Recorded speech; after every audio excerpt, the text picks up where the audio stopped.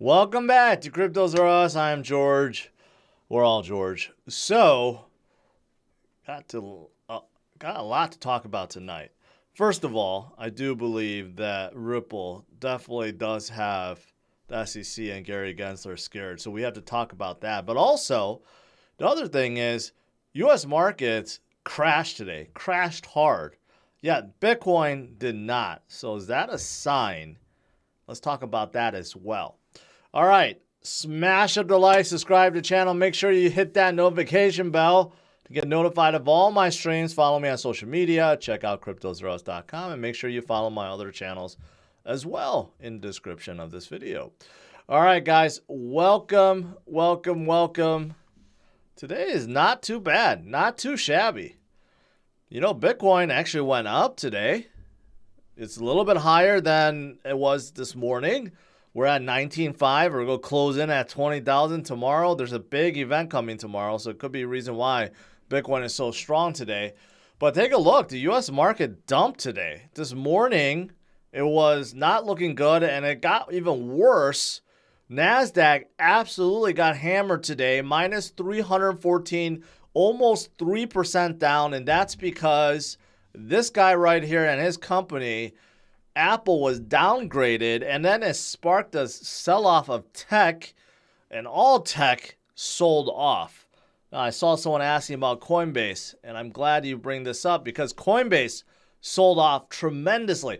This usually doesn't happen. Coinbase, like MicroStrategy, usually follows Bitcoin's price, and Bitcoin actually went up today, but Coinbase crashed 8%.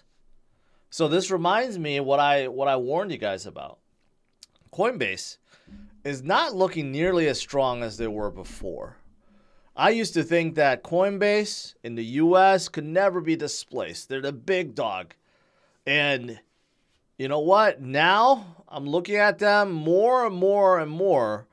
I'm getting more fearful about their future. Just recently, they said this. You know, they're still kind of arrogant and cocky and says, no, we don't care if other exchanges go to zero fees. We have our advantages like our ease of use and our security, right? But they should be concerned because Binance US is taking over. Binance has more volume than the next 16 exchanges combined. So Coinbase should be worried, and Binance.us is a fantastic exchange and getting easier by the minute and more listings by the minute too. So Coinbase better watch out. They are in a very vulnerable position right now because the regulators are still looking to attack them because they're kind of like the most well-known exchange in the US. Yet their volume does not dictate that they are the biggest anymore. And you know what? On a day like today, they actually decoupled from Bitcoin, and that's a bad thing because Bitcoin actually went up and Coinbase dumped, right? So, Coinbase not looking good from an investment standpoint. As an exchange, I don't think they're going to go belly up. I don't think they're going to do a rug pull. I don't think anything bad is going to happen with the exchange necessarily overnight. But from an investment standpoint, if you're holding on Coinbase stock, you may want to think about getting out of it because it doesn't look so good for Coinbase at this point. All right, so besides Coinbase and tech selling off today, there's one other news that could have spurred today's sell-off. And this news is actually good news. And that is the U.S. weekly jobs claim actually hits 5-month low. So the number of people on unemployment is really, really low, despite the fact that we are having economic slowness with energy rates and food costs and everything else going skyrocketing right now.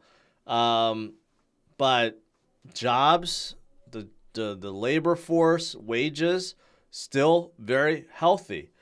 And the reason why this may have spurred off the sell-off today is because the Fed, actually everyone, all the Fed governors, the FOMC members, I mean, there's a dozen of them, they all reinforced this statement, and that is, we are going to raise rates. We're going to continue to raise rates, right? And the better that the labor force does or is, and the stronger the workforce is overall, the more hawkish the Fed will be, especially Powell, right? I didn't quite understand what all these dots meant, but this is just basically a prediction of their vote. Basically, they're kind of projecting where each member will vote in terms of where the rate hike will be based on year. So right now in 2022, most think it's going to be right around 4.5%, which means the next two rate hikes will be about 0.75%. But then you look at 2023, it's going to go higher to 5%. Okay. And then even in 2024, you got this whole range between 5% and 2.5%. Really, no one knows how 2024 will be. In 2025, even though most think it's going to be down, you still have one person that thinks it's still going to be high. So there are still some people, even within the Fed, thinks that inflation may be ongoing for years, into well into 2025, right? So I think this also had a lot to do with today's crash, the U.S. market crash, right? But like I said, despite the crash today, Bitcoin held. Bitcoin didn't go down. In fact, it went up a little bit. And it could be because tomorrow we have a huge $2.2 billion expiration for Bitcoin, right? And most traders are betting that Bitcoin will be higher.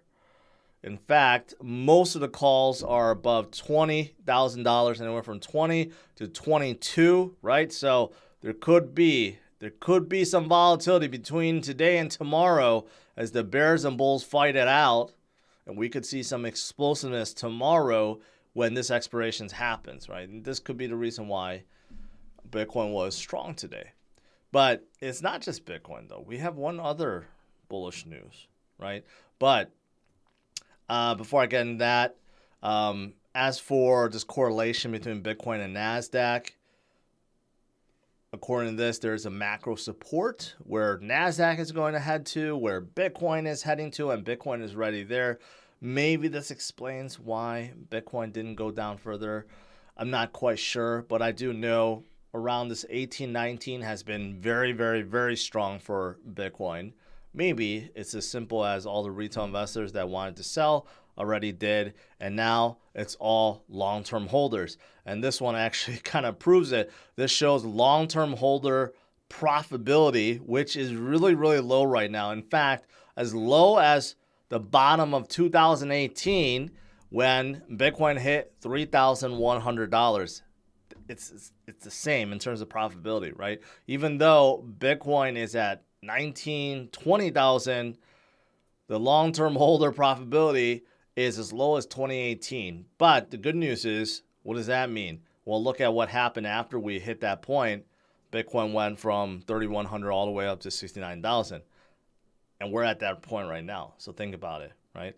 So this may be the reason why Bitcoin held, because there's just really no one selling at this point. The long-term holders are not selling. They continue to hold, and we have more players in the game. When I say players, more people learning about all the crappy macro stuff and coming into Bitcoin. And you still have a lot of people DCAing, and that's the reason why things are looking better. But we'll see tomorrow with that huge expirations. Let's see what happens. Can we climb above 20,000 and head above? I like to see it. All right. Now, the other news, the big news about Ripple and XRP, and I know a lot of you guys have been waiting for this. Well, the judge, this is a second judge now, U.S. District Court Judge, I can't even pronounce her first name. I'll just say Judge Torres, overruled the SEC's second attempt to withhold documents relating to former division director William Hinman, who said Bitcoin and Ethereum are not securities.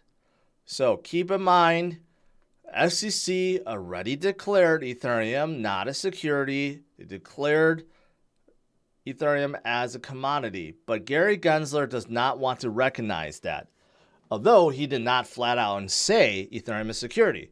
All these interviews that he has done, He alludes to that, but he doesn't come out and say it directly. And I think he's doing that because he just wants Ripple to kind of go away, I guess. But Ripple is not going away. They're getting these documents from the SEC, and they're going to see why the previous division director, William Hinman, and the previous chair, Jay Clayton, said, yes, Ethereum is a commodity, not a security. And they're going to use that for their defense and win. And the SEC is very desperate at not giving this data. They've been fighting this over and over and over and over for many, many, many, many months. And even when a judge ordered the SEC to turn it over, the SEC still wouldn't, found another excuse to say why they can't. And now a second judge said that's ridiculous. Just give them the damn documents. So SEC is looking pretty desperate at this point because if they hand it over, whatever rationale they came up with before showing that Ethereum was not a security, Ripple most likely will be able to use it, claim that they're not a security, and then SEC will lose, and we will all be better for it. Everyone in the crypto space. We don't want Gensler to have more power. He wants to declare everything a security so he could control everything. He already controls enough. CFTC wants to take control of commodities, but the SEC is getting in the way. SEC just flat out declaring everything is a security. They went recently as far as saying every single token, every single dApp that even rides on top of Ethereum's blockchain is also security, regardless of what project they are, how they raise funds, if at all, what they do. But if you're using Ethereum's network, then you're security. That's how ridiculous it's gotten, right? Someone needs to challenge them, and Ripple is. So I'm rooting for Ripple. You guys know I'm rooting for them to win this lawsuit. I really do want them to win. And it's looking bad for SEC. Let's see what else they could do. Let's see what else they could do if they could come up with another excuse not to hand this over. I think it's unlikely when two judges already denied the request not to give it. So I think they're just going to have to. They're just going to have to do it. They're just going to have to do it. So this is the order. The court overrules the SEC objections and directs the SEC to comply with the orders. Okay, there's really nothing else. And just to remind you guys, this is why maybe you should not underestimate Ripple. Because in 2017, Ripple went on a 36,000% run. It was one of the craziest runs we have ever seen in history, going up to $3.70 or something like that. But keep in mind, someone like Nem that went up 30,000%, they basically disappeared. Ardor, which is Nem's new project, basically disappeared. A lot of these have disappeared. Golem disappeared. Omi's Go, which is OMG now, kind of disappeared. Litecoin disappeared. Binance Coin is still here. Ethereum is still here. Dash kind of disappeared. Stellar clinging on. So you can't really judge 2017 performance. Let's just say 2017 performance does not constitute how good that project is. Let's just put it that way. Okay. But I will recognize that Ripple has gone on a crazy run in 2017. Unfortunately, though, that was peak, and Ripple or XRP has never come close to that all-time high again. But maybe they will. Maybe this will do it. The Swell conference is coming in November. Maybe this will pump up XRP some more. Maybe they're going to win the SEC lawsuit, and then during this, they can announce it, and then everything skyrockets back to $4 or $589. But I think there's an off chance of that happening. But we'll see. We'll see. Maybe if I play the educational video enough, it'll cause it to happen too. There's an off chance that also has an effect. Maybe. All right, the last two things. Binance secured New Zealand registration, so they're still growing. And, I forgot to show this. Bitcoin's deposits, 2-year low. I was going to show this earlier. But basically, things are still looking good on Bitcoin's front and I guess on Ripple's front. And tomorrow's big expirations. Let's see what happens tomorrow. All right, guys. Let's do some Q&A.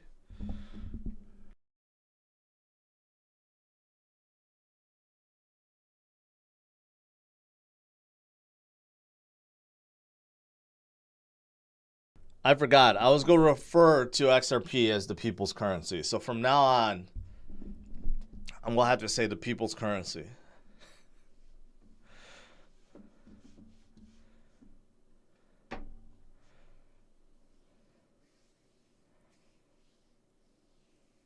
Chef Raph, hope I'm doing well.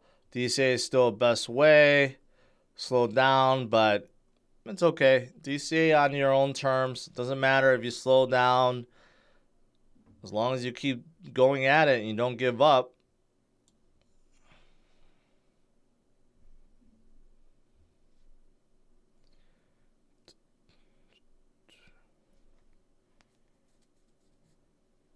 I don't think, Mike says, I don't think SEC will give up the document. I mean, you have 2 judges already saying, give it up, give it to them.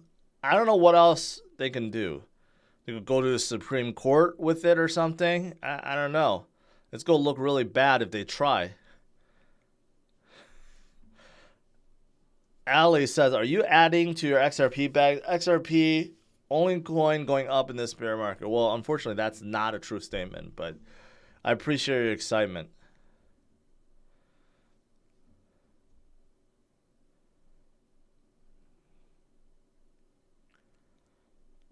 Let's see. Filecoin or internet computer? Neither. But if I had to choose, I would choose Filecoin.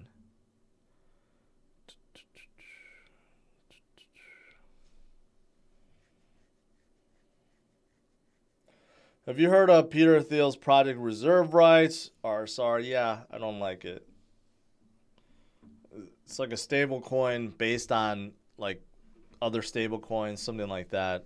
I've never liked it. Randy, do you get recognized much in public? Periodically. Luckily, not very often, because then that would be very annoying. But every so often, when I'm at a restaurant or at Costco or Target, whatever, people recognize me. Usually when I go to crowded places. Like a couple years ago, I visited Vegas, and like I was getting recognized left and right. When I go to like SeaWorld, for example, I get recognized a lot. Like anywhere that's packed with people, I get recognized. But day to day, not so much.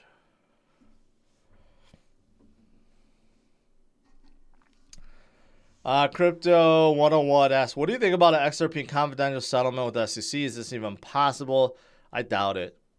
Because if Ripple senses they're going to win, I doubt they're going to try to do a settlement. Because I like to see, Brad said this, he's fighting for the community. And I hope he really means that. Because this goes way beyond just Ripple and XRP. It really is a battle for all of crypto. So hopefully he stays with that, does not do some kind of secret settlement, and actually forces SEC to lose.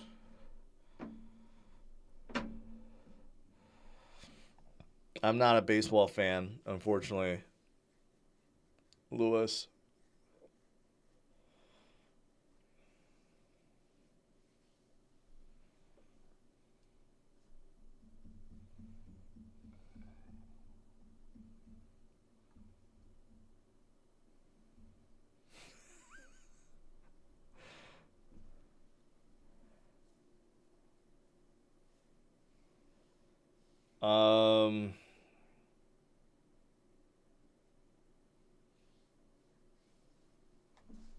Hopefully big dog crypto tycoons are helping Brad. I mean, I think Ripple can handle it. They said they're going to spend $100 million to fight the SEC. And luckily they actually have that. Very little projects do. We will go on a bull run if Ripple wins the case. It could, Kenny. It could. It could be a catalyst. I mean, right now, I've been arguing, and I've shown a few charts that indicate this, but with all the currency devaluations right now around the world, yes, the dollar's getting stronger, but a lot of that money is also being converted to Bitcoin. So overall, I see more money flowing in as people learn about the shenanigans that's going on. And if a catalyst like Ripple winning the lawsuit against the SEC, you know, that could be a huge thing too.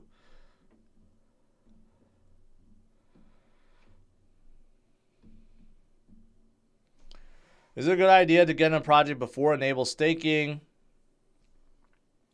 Yes and no. I mean, in theory, yes, because it takes a lot of coins out of circulation, right? You would think that that's what it would do. And a lot of projects that do have staking already do have a large number of the overall circulating supply staked. So you would figure, yes. But if it's a project that no one really cares about and they're not really going to hold on a stake, then it's not going to help. So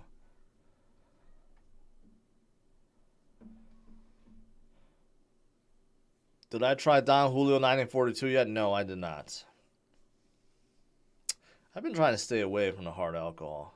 After coming back from Cancun, I just had too much. So I've been relaxing on the alcohol. Plus, it's not too healthy for me. So I'm in no rush to get it. If I see it, I'll get it, but I'm not going to rush to anywhere to get it.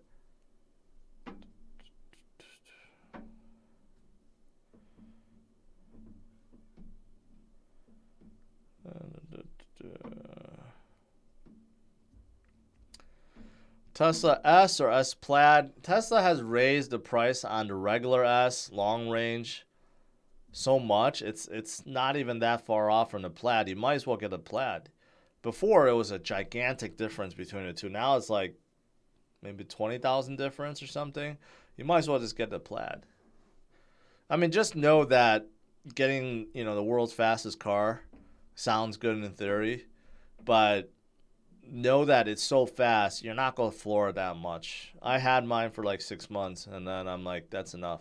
I got more headaches out of it than anything. So just know that. Every time you floor it, it's unbelievably fast, and then you get a headache afterwards, and then you realize it's not that enjoyable.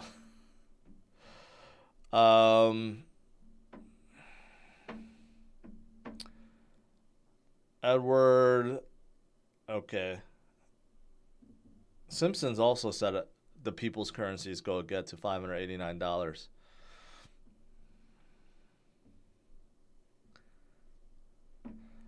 I'm not a fan of Yearn Finance. Never been a fan of them. If they make a Bitcoin credit card, then to the moon. They already do.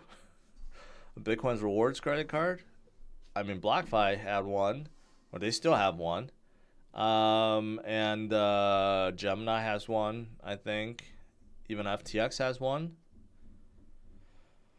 Sam, yes, it's still like on a boat somewhere, still waiting for it. It's getting so cold, I almost don't want it anymore. I hope it could be delayed until next year, but it doesn't seem like that's a possibility. But it is still waiting to be unloaded somewhere.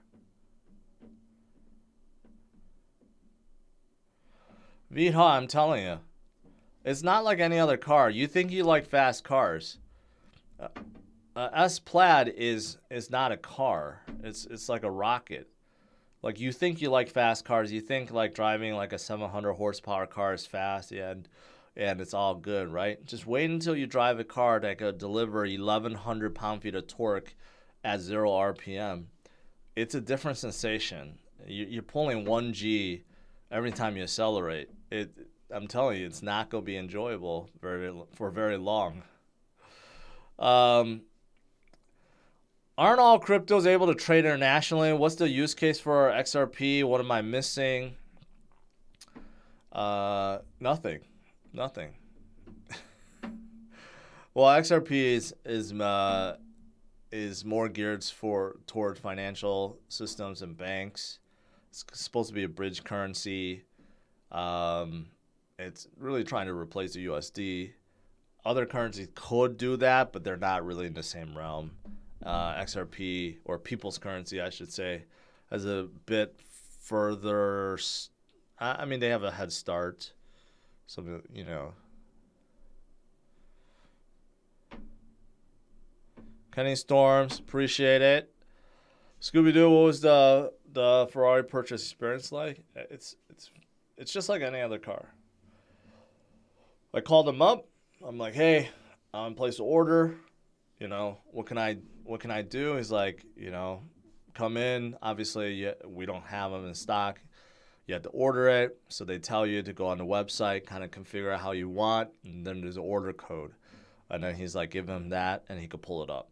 And then it's really cool. When you go in the dealership, they have this room, this special room, where they pull up the code and they'll show you the car. It's computer generated, and it shows you all the colors and everything you chose.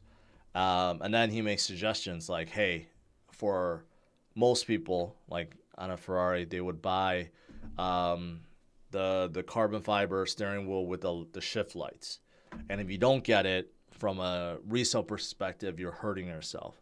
So then he goes through all the things, like the air suspension up front, the front lift kit, you know, stuff like that. Scudetto badges, you know. And then after everything, okay, you want to place that order, it's $10,000. And then you get put on a list, and that's it.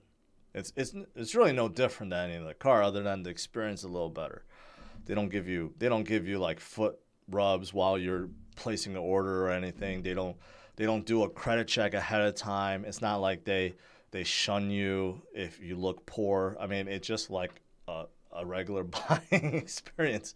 There's nothing really different. I think there's like people get really I think that there's a lot of misconceptions out there. Like you have to dress really well to go in or something like that. No, it's like they don't care. These days it's different. I've asked, half the people that are buying Ferraris are like 18-year-olds. And mostly it's because their rich parents are just buying them something. And then half of them are older folks. So, it's very different today versus before.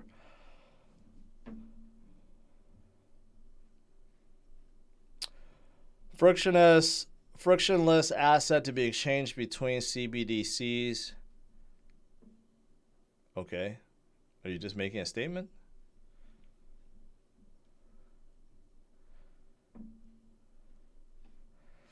Yeah, build quality for Tesla is not there. I mean, I picked up my X Plaid. Body gaps everywhere. Actually, tomorrow I'm actually bringing it into the dealership to have them fix it. I've been waiting and stalling, and I'm like, screw it. I'm finally going to do it. So there's a lot of places that I want them to fix. Hopefully they do it. They say they could do it in a day. Let's see how good they do it. But yeah, Tesla body gap thing is still an issue.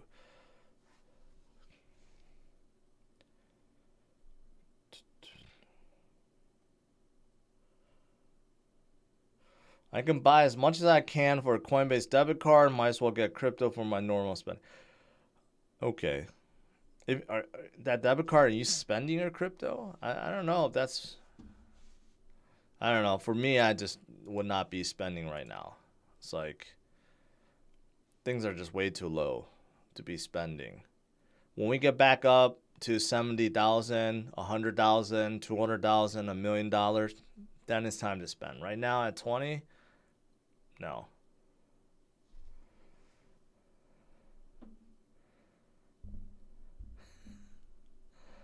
My girlfriend had body gap. You mean thigh gap?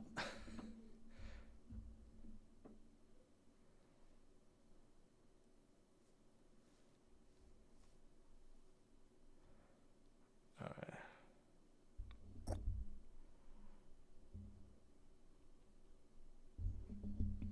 This is accumulation period, not spend period. That's exactly right.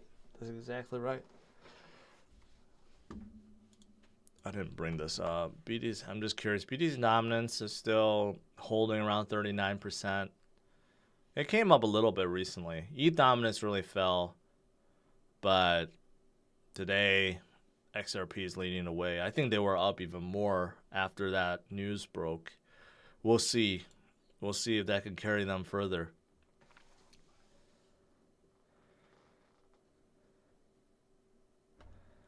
All right, guys. That is it. Let's see what happens tomorrow. Big expirations going to happen. $2.2 billion worth of options going to expire. Are the bulls or bears going to win? We'll see. And Ripple just got a huge win.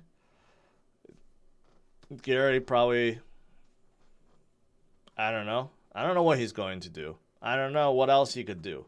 He's probably trembling right now. Very scared. And that's good. That's good overall. All right, guys. Smash it a like, subscribe to the channel. I'll see you guys tomorrow, bright and early, 8:15 a.m. Central Standard Time as usual. All right, have a good one, guys. Take care. Bye-bye. Oh, I forgot. I got to show you guys this. Don't go yet. What do you think about Ripple? Well, I mean, I think it's too centralized, but I definitely want to meet Chris Larson.